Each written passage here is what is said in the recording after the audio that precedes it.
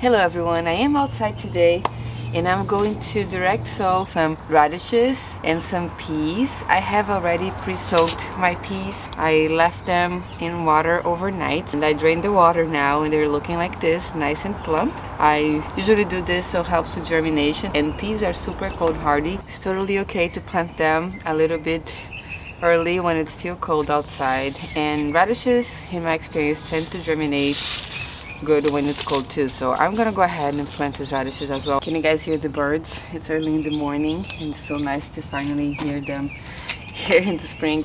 I have this planter over here and that's where I'm going to plant my peas. This is along this fence, so this is going to act as my trellis. So I'm going to do the peas along the back and then I will do the radishes in the front over here. And the varieties of peas that I'm sowing today, I have this sugar snap peas, and the second one, which I'm going to do in another planter, it's a variety from 7 seeds, the ones with this darker color peas in here. So in this planter over here, I'm going to start with the sugar snaps. So it's very simple. Peas can also be planted kind of close together, so I'm just going to do poke some holes with my finger about like 1 to 2 inches, maybe 2 inches, and then I'm going to just throw the pea seeds in there. I'm going to do 1 per hole,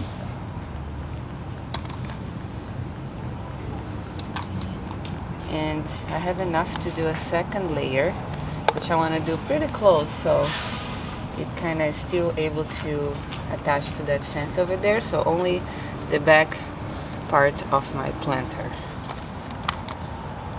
So let's do that.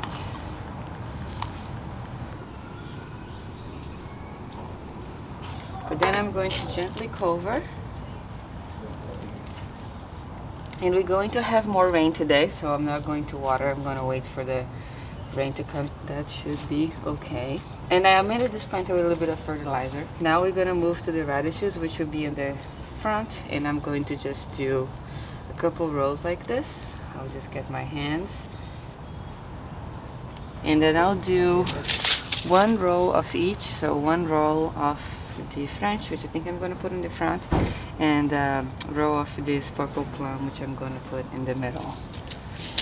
And they can be sown kind of close together too. It says 2 inches apart. So I'm going to scatter, and then I can tin it up and eat the seedlings as microgreens, whatever I tin. So there's a lot. I have lots of seeds for this, so I'm not going to be skimpy. So this is how the radish seeds look like. Lots of it. It's a lot more in the package, so I'm just going to kind of scattered. That's a lot here, but I'm saying I'm going to, once I thin this out, I can eat it as microgreens. The French breakfast radish, I don't have as many seeds, so I'm not going to sow as many. This is all the package that I have been planting. Oh, I also want to let you guys know why I sow this. That GreenStalk is actually having a flash sale for their spinner with the wheels, and it's going to be 2 days only, just today and tomorrow, so March 7 and 8. So if you bought a GreenStalk, a planter, and you'd like to get a base, a spinner with the wheels, now is a great time because they're going to be on sale. This planter here is on a spinner, so it just helps you turn the planter easily. I only have 2 of them, for the brown one and for my gray one up there. My red one there is in the mover, and I actually really prefer the spinner than the mover, so I might be getting one for myself too with this sale. I might get a third one so I can replace the one over there and have all with the spinners. I just find it much easier to spin it around. The mover, you can drag it, but this is just for sun. I think it's a lot nicer to just have the spinning, and honestly it makes it easy to harvest also. I'm going to put my gloves back on and just gently cover the soil. I think I'm going to press it down there, make sure there's some good contact also. And those are root vegetables, so I think it's okay to be buried a little deeper. I haven't really had a lot of hard time growing radishes. They're pretty easy, so I think it's going to be okay. So that's nice. Hopefully we have an early spring crop with these radishes. I'm really looking forward to start harvesting things from the garden again. We had a little harvest from a GreenStalk when I was replanting it, but that was very small because those guys are growing to the winter. Speaking of GreenStalk, I will show you guys real quick how it's looking after I sow these peas in here. For these ones, I'm going to plant them in this bucket. I should probably top it off with a little bit of potting soil. I did put some fertilizer in here. I think it's gonna be okay. And I'm going to add a tomato cage to it for support. Here's the cage. I added it before I planted, and this is going to act as a trellis. I did this last year and it worked fine. Obviously it would be better if I had something with a point at the end, but we'll see how it goes. We're going to start with this because that's what I have, and peas are such a fast crop. So peas are really heat sensitive and they tend to struggle here for me. Once the weather starts warming up, which happens by June, they usually produce peas in June, but then plants start yellowing at the base and they start struggling. So I usually only get 1 or 2 harvests. If I'm lucky, maybe 2 or 3 weeks of harvest of them.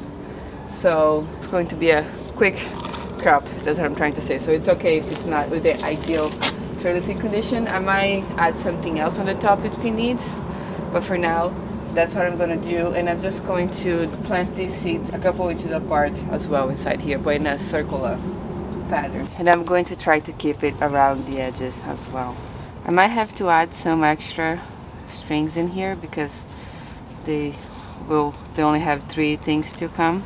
We'll see. I don't remember exactly what I did last year, but I was watching one of my videos and I saw my peas growing in one of these buckets, so I will look it up what I did with them. I might even do some closer. I'll put one right by, yeah, let's put some right by the metal. It's okay if they're a little close. I've seen people planting peas so close together and they, I guess, tend to do fine. So we'll see how these ones will do. I'm going to cover them up. I'll push them down a little bit more because this, I didn't make it too deep, I guess. And then I'm going to cover them up. Maybe I should water them even though we have rain, just so you guys see. You never see me watering my things. I always kind of just say that I'm relying on the rain. So let me get my watering can. It's probably going to be a little clogged because it has leaves and stuff in here. But you guys will have an idea. That's it. More water will come from the rain and it will be okay. Alright, let's now quickly take a look at the GreenStalk. Just look at this. I get so happy seeing these guys planted. You have no idea. Just remembering how they looked like in a couple past springs, my heart gets really happy. I can't wait to start harvesting and having lots of greens from this planter here. I also have the kale here and the broccoli. See how big they are? I decided to pot a few of them. I'm not ready to plant that GreenStalk down there yet. I decided to pot a couple of the kales in here, and I am closely looking at those other guys to see if they are okay staying in the cells. They're very wet now, but I want to kind of look at the roots. Remember how fast those roots were growing? They're growing pretty fast again. If they start tangling at the bottom, I will have to pot them or try to plant them in the GreenStalk sooner, but I wanted to make a nicer video about it, so I'm waiting for a little bit. And then this kale here is looking really nice too. I actually took one baby kale that was here and planted in a pocket on the GreenStalk. Let me see if I can find it, because I noticed that I was missing one. What it is? Yes, this is the baby here. And then those ones looks like it's empty, but they have chives on them, so they're okay. And the green onions are already growing back. I just harvested. Remember, look at this. They're already sending some new growth, which is cool. So this guy had a pansy in here actually, but it was in the corner, so I just decided to add a little kale in there because I didn't have any kale on this planter. So everything is looking really good. They survived the first week just fine. Nice and happy. Look at that. I truly can't wait to see them growing even more. The parsley seems to have really put out some growth this week too, and look at that. Looking really good. So very excited. And I have to spend some time organizing this area here. I have some plans for this area this year, so most of this stuff is going to go away. So when it warms up a little bit more, I'll take care of that too. Also, this planter here has peas. I did the leftover of the peas that I planted in toilet paper rolls. I had about 10 seeds left, I think, or 8. And then I just added them to the back there. And they will use this nice metal piece as a trellis in here too. There's not as many seeds in here, so we'll see how it goes. There's only one layer in the back. I have an oregano coming back in here. Oregano. coming back. Now that's warming up, it's really putting up some new growth, looking so pretty. There's a fennel that's looking a little messy, but we'll come back. And there's a couple larkspur seedlings. Oh, look at that, more ranunculus. See, I guess I stayed like sticking some of the baby ones.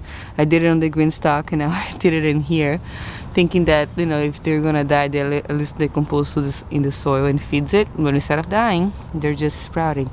The ones in the GreenStalk, let me look it up, are looking very nice too. Look how big, much bigger they look.